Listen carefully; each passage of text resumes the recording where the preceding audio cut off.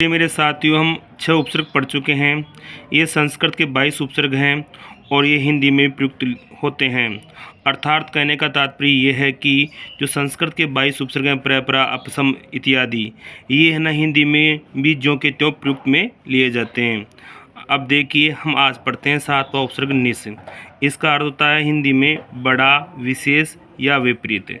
Note पहले ये देखिए, अघोष तालव्य व्यंजन च से पहले निस, क, फ से पहले निस तथा दंते अघोष व्यंजनों त और से पहले निस होता है। फिर अगला एक और नोट पढ़िए, संस्कृत में स हलंत है फिर स पूरा है स एवं स सड़क वाला हलंत है फिर स सड़क वाला पूरा है। स का उच्चारण जीभ के सेतल्य से विकल्प से, यानी सेतल्य का अर्थ होता है विकल्प से। स हलंत है अथवा विसर्ग, स सड़क वाला हलंत है अथवा विसर्ग भी होता है। जैसे दुशासन तो दूधन शासन, दुशील दूधन शील तो दुशील। फिर दुस्साहस, फिर दुसाहस, फिर दुस्सह, फिर दुसह। अतः दुसाहस में दु भी दुस उपसर्ग का ही संधि रूप है, किंतु मूल उपसर्ग दुस ही है, दु नहीं है। यही स्थिति नीचे लिखे उपसर्ग में भी निस और अथवा निहि, निस अथवा नि के बारे में है। अब आगे चलिए, अब इसके हम निस के उदाहरण पढ़ते हैं। तो निस का उदाहरण हम पढ़ते हैं, निस धन अघोष दंते व्यंजन त और स, ये दंते व्यंजन हैं। तो निस्तारण, निस्तेज, निस्दन तेज, निस्संकोच, निस्दन समदन कोच, निसंदेह, निस्दन समदन दे, निस्सार, निसीम, निस्वार्थ। फिर नि उपसर्ग है तो इसका नि जो है ना, इसका निस बन जाता है, विसर्ग का स सड़क वाला हलंत हो जाता है। तो निहि, तो निहिसार, निसीम, निस्वार्थ। इसमें निहि उपसर्ग नहीं है, निस उपसर्ग है। चलिए फिर तड़ नियम देखिए, निस, इसमें संकर वाला हलंत है ना, तो इसका संकर वाला हलंत का स सड़क वाला हलंत हो जाता है संधि के अनुरूप, व्यंजन संधि के अनुरूप। निस्धन अघोष तालवे, तो तालवे व्यंजन कौन से, च, छ और स। तो निश्चय, निस्धन चय, निश्चल, निश्चल का निस्धन चल, निश्चिंत तो निस्धन चिंत। फिर इसी प्रकार निश्चित, निस्धन चित, निश्चल, निःशुल्क, निस्धन शुल्क, निश्वास, निस्धन श्वास। सड़क जो हलंत है संकर वाला, जो संकर वाला हलंत है उसका सड़क वाला हलंत हो जाता है, तो निश्वास का निस्धन श्वास। फिर चलिए चौथा नियम निहि, निःशुल्क, निश्वास। फिर निस पांचवा नियम देखिए, इसमें षटकोण वाला हलंत है ना, तो षटकोण वाला हलंत के स्थान पर सड़क वाला हलंत हो जाता है। कहने का तात्पर्य है संकर वाला हलंत आए और षटकोण वाला हलंत आए या विसर्ग आए तो इन तीनों के स्थान पे सड़क वाला हलंत हो जाता है, अर्थात निस रूप बन जाता है। तो निस्धन क फ। फिर चलिए निष्कंटक, तो निस्धन कंटक, निष्काम, निस्धन काम, निष्कासन, निस्धन कासन। फिर निष्कासन का अर्थ होगा हिंदी में बाहर करना। निष्फल, निस्धन फल, निष्पक्ष, निस्धन पक्ष, निष्पति, निस्धन पति का अर्थ होता है उत्पत्ति। निष्प्रभ, निस्धन प्रधन, प्रधन भा, निस्धन प्रधन भा, निष्प्रभ का अर्थ होता है चमक। फिर चलिए आगे हम इसके प्रत्यय के प्रभाव से भी वर्दी रूप देख लेते हैं। तो देखिए प्रत्यय के प्रभाव के वर्दी रूप, छठा पॉइंट है, प्रत्यय के प्रभाव से वर्दी रूप। न्यायिक, निधन, निधन आय, धन इक, न्यायिक। निष्क्रमण, निस्धन कर्मण, धन अ, घर से बाहर ले जाने का कृत्य। अब हम पढ़ते हैं अगला उपसर्ग, 8वां जो नंबर का है वो है निर। इसका अर्थ है बड़ा अथवा विशेष अथवा निषेधात्मक। नोट, संस्कृत के मूल व्याकरणिक ग्रंथों में निर उपसर्ग का ही प्रयोग मिलता है, न कि निहि का। संस्कृत की अनेक कौमुदियों में निहि उपसर्ग की भ्रांति चल पड़ी। हिंदी व्याकरण में भी यह भ्रांति चलती रही है। घोष ध्वनियों से पहले निर तथा निस उपसर्ग प्रयुक्त होता है। उदाहरण देख लेते हैं हम निर उपसर्ग के। पहला नियम है निर, तो निर्धन व्यंजन, बिना संधि के र हलंत को छोड़कर शेष व्यंजनों से पहले, जैसे निर्गुण, निर्लज, निर्जल या निर्लज न हो करके यहाँ पे क्या है, निर्जल है। निर्दिष्ट, निर्धन दिष्ट, फिर है निर्दोष, फिर है निर्निमेष, निर्धन निधन मेष, आँख का न झपकना, निर्बल, निर्भीक, निर्धन भिग, निर्मम, निर्माता, निर्धन माता, निर्मिति, निर्धन मिति। फिर है आगे निर्यात, निर्वाचन, निर्धन वाचन। फिर है निर्वाह, तो निर्वाह के बाद में है निर्विरोध, निर्धन विधन रोध, तो निर्भी उपसर्ग हो गया और विभी उपसर्ग हो गया और मूल धातु हो गई रोध। चलिए निर्धन स्वर, निरंकुश, निर्धन अंकुश, निरंजन, निर्धन अंजन, बिना कालिक या दोष का, निरंतर, निर्धन अंतर। फिर है निरअतिशय, तो निर्धन अतिधन सहे, इसमें भी दो उपसर्ग हो गए, निरुपसर्ग और अति उपसर्ग। अब इसका अर्थ होगा जिससे बढ़कर दूसरा न हो। निरअनुनासिक, तो निर्धन, फिर है अनुधन नासिक, फिर निर्न, तो निर्न का क्या होगा, निर्धन अन होगा, बिना अन के। निरपराध, निर्धन अपधन राधि, निरपराध हो गया। फिर चलिए नेक्स्ट निरअभिमान, निर्धन अभिधन मान, तो इसमें दो उपसर्ग हो गए, निर और अभि। फिर चाहिए निरअभिलाष, तो निर्धन अभिधन लासा, निरअभिलाष होगा। निर्भय, निर्भय का होगा निर्धन अभ्र, बिना बादल के। फिर चलिए इसका अर्थ दूसरा भी होता है बिना बादल के और शुभ्र आकाश, निर्भय का, तो निर्धन अभ्र होगा।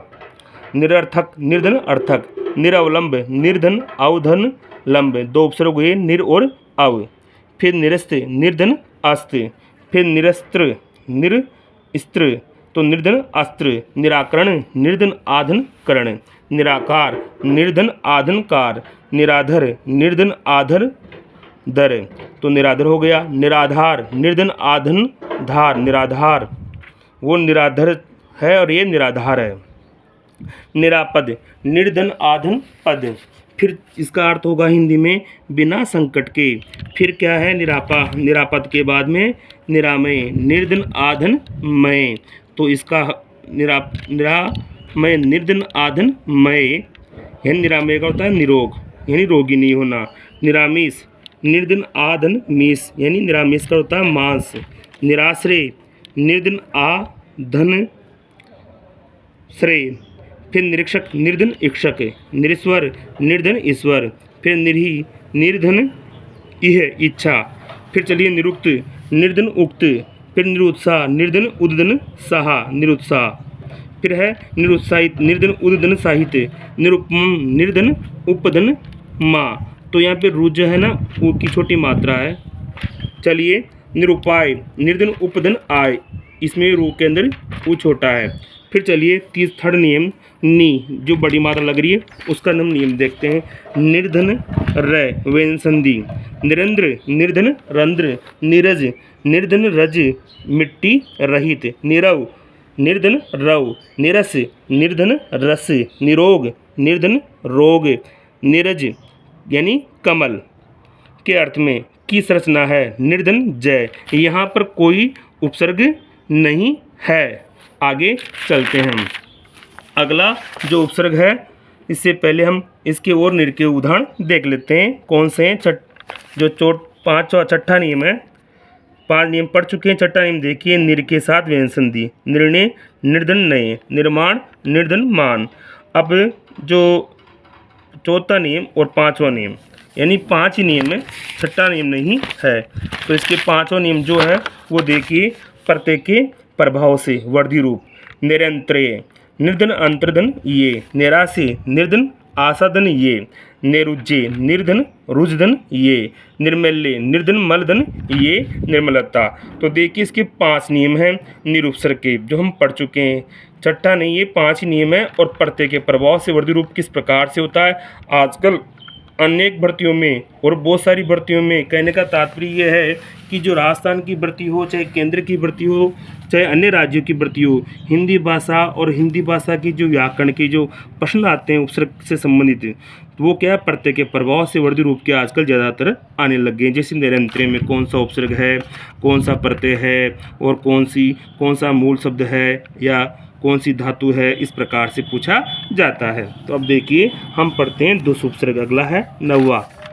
तो दुस का अर्थ होता है कठिन, बुरा, विपरीत। नोट, धू उपसर्ग नहीं होता है, यानी जो विसर्ग लग रहा है ना, ये नहीं होता है, सड़क वाला हंत है ना, वो होता है दुस। संस्कृत हिंदी कोश वामन शिवराम आप्टे, पृष्ठ संख्या 467 पर है। दरअसल संस्कृत में विसर्ग प्राय विभक्ति की भूमिका निभाता है। जो संज्ञा शब्द राम है, उपसर्ग स है, क्रिया पटत है आदि में लगकर ये कार्य करता है। उपसर्ग के आगे विभक्ति नहीं लगती, इसलिए संस्कृत किसी भी उपसर्ग में अतः संस्कृत के किसी भी उपसर्ग के आगे विसर्ग लगता ही नहीं, लग ही नहीं सकता जब तक कि वह उच्चारण वश संधि न कर ले। जैसे दुस्साहस अथवा दुस्साहस, निःशुल्क अथवा निःशुल्क। दुस नियम पढ़ते हैं, इसके उदाहरण। नंबर 1 है दुस, तो दुस धन तय और स आए तो धन के बाद में, द्वितीय शब्द के प्रथम वर्ण में तय या स आए और पहले शब्द के अंतिम वर्ण में दुस उपसर्ग आए तब दुस्तर, दुस्धन तर। दुस्स है, फिर दुस्साध्य, दुस्धन साध्य, दुस्साहस, दुस्धन साहस, दुस्सोपन, दुस्धन शोपन। फिर अगला सेकंड नियम है दुहु। दुस है, दुस्साध्य, दुस्साहस, दुस्सोपन। इनमें दुस उपसर्ग है, दू नहीं है। दुस संकर वाला, दुस सड़क वाला धन तालव्य अघोष व्यंजन च छ स। तो दुस्शासन, दुस्धन शासन, दुस्शील, दुस्धन शील। फिर चौथा नियम देखिए दुहु, दुस्शासन, दुस्शील। फिर पांचवा नियम देखिए दुस षटकोण वाला, तो षटकोण वाले के स्थान पर स, षटकोण वाले के स्थान में स षटक वाला हो जाता है व्यंजन संधि के अनुरूप। तो दुस्धन क प फ, दुष्कर, दुस्धन कर, दुष्क्रम, दुस्धन कर्म, दुष्काल, दुष्कृत्य, दुष्कृत्य। फिर नेक्स्ट है दुस्धन कृत्य के बाद में दुष्परिणाम, दुस्धन परिधन नाम। तो दुस उपसर्ग हो गया और परि दो उपसर्ग हो गए दुष्परिणाम में, और नाम अंतिम धातु हो गई, अंतिम शब्द हो गया। दुष्प्रयोग, दुस्धन प्रधन योग, दुष्प्रहार, दुस्धन प्रधन हार। इसमें भी दो उपसर्ग हैं, दुस्धन और प्र। दुष्प्राप्य, दुस्धन प्रधन आपे, दुष्फल, दुस्धन फल। अब हम पढ़ते हैं जो कि 10वां उपसर्ग है। 10वां उपसर्ग दुर। इसका अर्थ होता है कठिन, बुरा, विपरीत। कठिन अथवा बुरा अथवा विपरीत। नोट, संस्कृत के मूल व्याकरणिक एवं अन्य ग्रंथों निघंटु, निरुक्त आदि में दुर एवं